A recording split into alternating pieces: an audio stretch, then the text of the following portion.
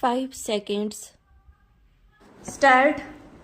The Secretary of State himself stated while in India last year that the United States does not wish to encourage an arms race in the subcontinent. Stop. In view of the past history of the Indo-American relations, it is our earnest hope that the United States will carefully consider all implications. Its decision to supply weapons to Pakistan will have on the relations between our two countries.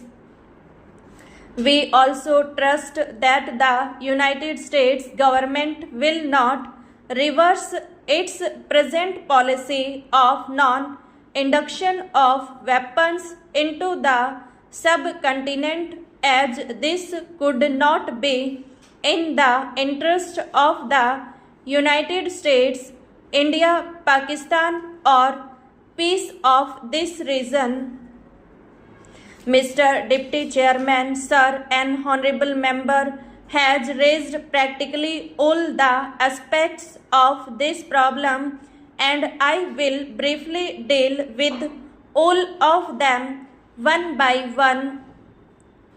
It is not only one party or one member or this house or the other house, but the entire nation is of one voice in saying that the American arms supply to Pakistan is going to have an adverse effect on the normalization process that has started in the subcontinent and on the relations between USA and India. I have no doubt that America will take note of this one particular aspect of the problem. It is not an ordinary thing, and I can assure the honorable member that the letter that I wrote to him was a letter which gave him a very clear idea of the strong reaction that this country will have as a whole. The other point that he raised was the American policy in the Indian Ocean, and as a matter of fact in the entire Asian region.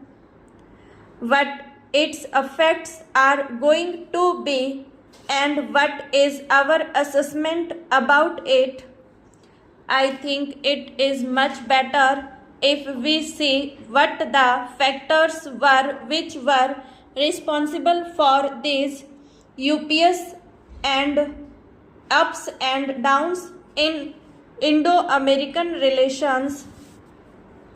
And this was basically the fact that they always tried to play a sort of balance of power politics in the subcontinent.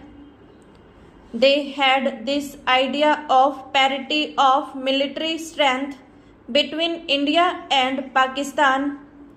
When the Secretary of State was here, because we know that this is an attitude responsible for this sort of things, we specially raised this particular aspect before him, and he was very categorical in this matter when he spoke about it, that it is not the US government's policy. I am only repeating what he said. He said that they do not any longer believe in this policy of having a balance of power. It is demand of everyone, including the honorable members, that the farmers should be paid remunerative prices for their produce. and at the same time inability to pay remunerative prices is also expressed. I feel sorry at the burning of wheat during the protest staged on 6th. This pained me much because we are equally concerned about the welfare of the farmers. You people persistently raise the demand for payment of higher prices to farmers for their produce as if we are against it. Agriculture is my only vocation which I did myself, and I did not pursue another profession. As honorable member inquired from me about the total land in my possession and whether I have distributed it or not, I would like to submit that I was the first person to have invited people for distributing land with ownership rights. You people can yourself witness how I have converted to the barren land into fertile land. The area which was once a desert now abounds in greenery and stands as a beautiful oasis. I love both nature and farmers. I love plants like me, my own offsprings. That is why I do not want to hurt the farmers' sentiments, nor am I against payment of remunerative prices to farmers for their produce. However, besides this, we also have to think of the interest of the nation while taking care of our farmers. Farmers have voluntarily done a lot for the country.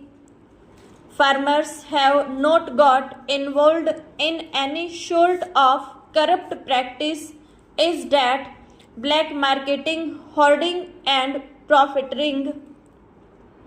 But if the demand is made for excessive increase in prices of agricultural products, it is not correct. Decision to import wheat is also opposed. It is another matter whether the imported wheat has arrived or not. The Ministry of Food has stated that the wheat has not yet arrived. Can the purchasing of medicine for a patient suddenly fallen ill be postponed for the next day if the medicine costing rupees 5 is available at rupees 15 in the night? You have alleged that as per our promise, we could not roll back prices within 100 days. How can it be achieved that way?